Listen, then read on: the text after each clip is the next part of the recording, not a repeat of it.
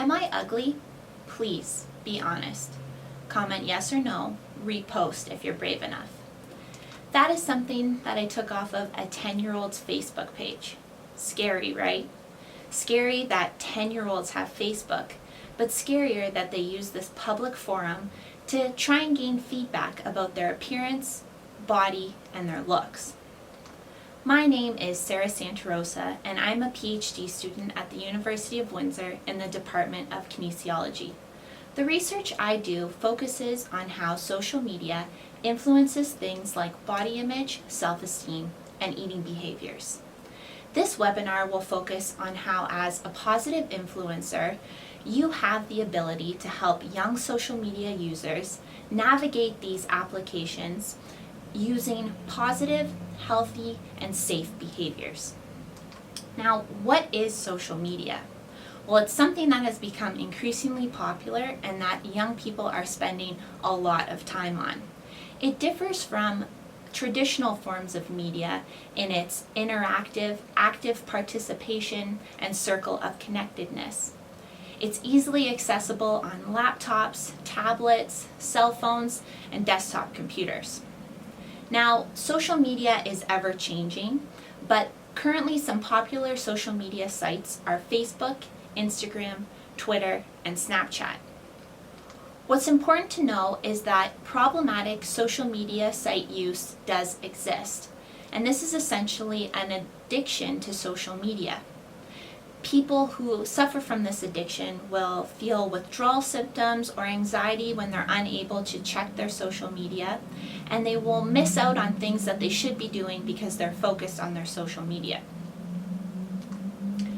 Now, increased social media use has been associated with an increase in body image concern, an increase in disordered eating, and a decrease in self-esteem.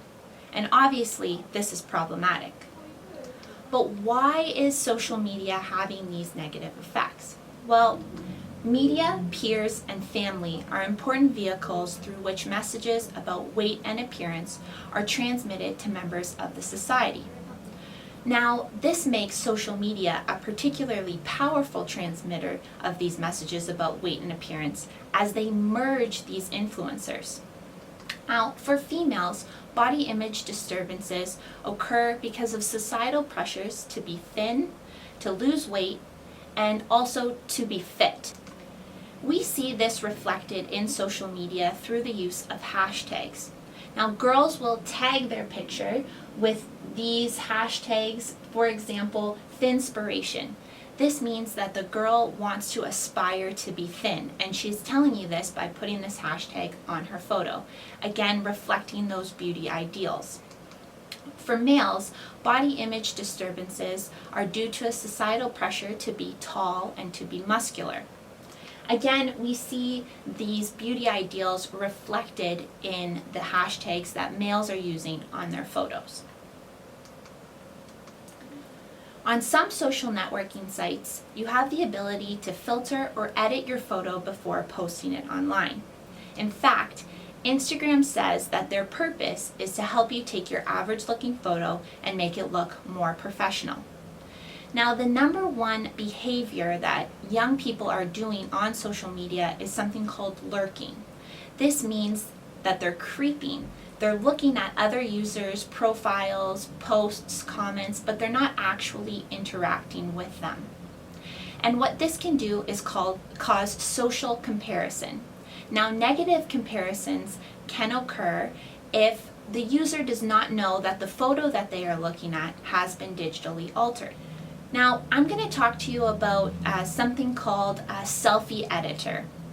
So recently, reports have suggested that young people are now getting cosmetic surgery because they want to do something to their face to make them look better in a selfie.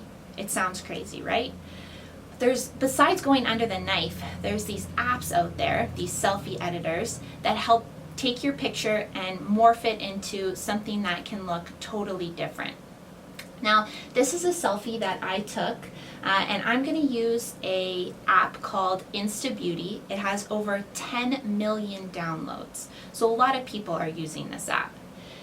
I woke up, took my selfie, and then you can see that here I thinned out my chin, I made my nose smaller, bigger eyes, kind of cleared up my skin. And then in this last one, I added some makeup. To me, these look creepy and unnatural, but millions of people are using these apps. Why? Ironically, it's to create body confidence. So think about it. If you post a photo that you've filtered, edited, enhanced in some way, and you get a lot of likes and comments on this photo, compared to photos that you've posted that you haven't touched up at all, you may feel that the real you is not good or beautiful enough. Popularity in school or in real life is not seen as important anymore as social media popularity. This is because social media popularity can be statistically measured through likes and comments. Now, some young people even have statistical apps where they track their social media popularity. They check their followers that they gained and lost on a daily basis. They can look at which users have liked their photos the most, as well as which users are looking at their profiles the most. Now that sounds like a lot of work. Because of this emphasis placed on popularity, likes can be seen as something that represents what is cool and what should be done. So in a way, people will create a fake persona to try and copy or transmit these beauty ideals. Now I'm going to show you an example of how comments can help to transmit ideals about beauty standards. So this is a post that I took off of a 14-year-old girl's Facebook. You can see here that she thinks she needs to lose weight and that she's ugly. Now if you take a look at the comments, now I've blocked out the names, but I want to let you know that that first comment is actually from her mom. And you can see that "you're skinny" is what's said first. That's what's emphasized. Again, transmitting these ideals that beauty and thinness is what's important for this 14-year-old girl. Now, tone of responses actually do have an impact on self-esteem. If a person perceives the tone of the comment to be positive, this can increase self-esteem. Whereas if they take the tone of the response to be negative, this can decrease self-esteem. Sexting, or texting, messaging about sex, is very popular on social media sites. Probably more popular than you think. Research shows that Snapchat and Kik are the most popular social media sites where sexting is going on. Now, when I spoke to a group of high school girls, they suggested that 9 out of 10 of their peers, so these are girls in high school, are sending nude photos through Snapchat. Why are they sending these photos? Well, pressure from guys. They want to be perceived as cool and fun, or they want to send their boyfriend a sexy gift. These are girls in high school. We need to teach them that once photos are put online or sent out, that they are out there forever and they can have some serious consequences. So I've kind of made social media sound like a scary thing, but here are some tips for young users who want to set up an account. Make the account with them. This means make sure that they have the appropriate privacy settings, that their GPS location is off, and that they have written down their password and put it in a safe location. You want to make a rule that they shouldn't follow anyone they don't know, and they shouldn't let anyone follow them who they don't know. You may want to create an account to monitor what this young person is doing online.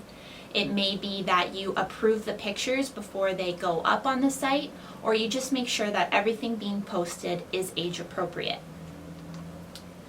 Finally, emphasize the fact that pictures are forever. When something is on the internet, it is out there, you can't get it down. And nowadays, a lot of employers are actually looking at social media sites before hiring. So all of the information that I've given you in this webinar so far has been from research, it's been from literature. But what I thought would be really important to do and beneficial is to give you some first-hand experience.